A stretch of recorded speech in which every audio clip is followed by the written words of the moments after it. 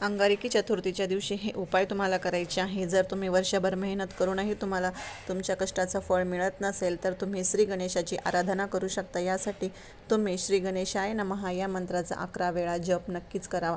तसेच जर तुम्हाला तुमची संपत्ती आणि समृद्धी वाढवायची असेल तर तुम्ही आजच्या दिवशी गणपतीला प्रसन्न करण्यासाठी मोदक किंवा लाडूचा नैवेद्य अर्पण करू शकता। तुम्ही ही सेवा बुधवारी देखील करू शकता। असं केल्याने तुमच्या घरामध्ये संपत्ती टिकून राहील। जर तुम्हाला व्यवसायात प्रगती हवी असेल तर तुम्ही भगवान गणेशाला दुर्वा फार आवडतात, तर तुम्ही यासाठी 11 दुर्वांच्या गाठी गणेशाला अर्पण करू शकता। यामुळे व्यवसायात तुमचं नुकसान होणार नाही।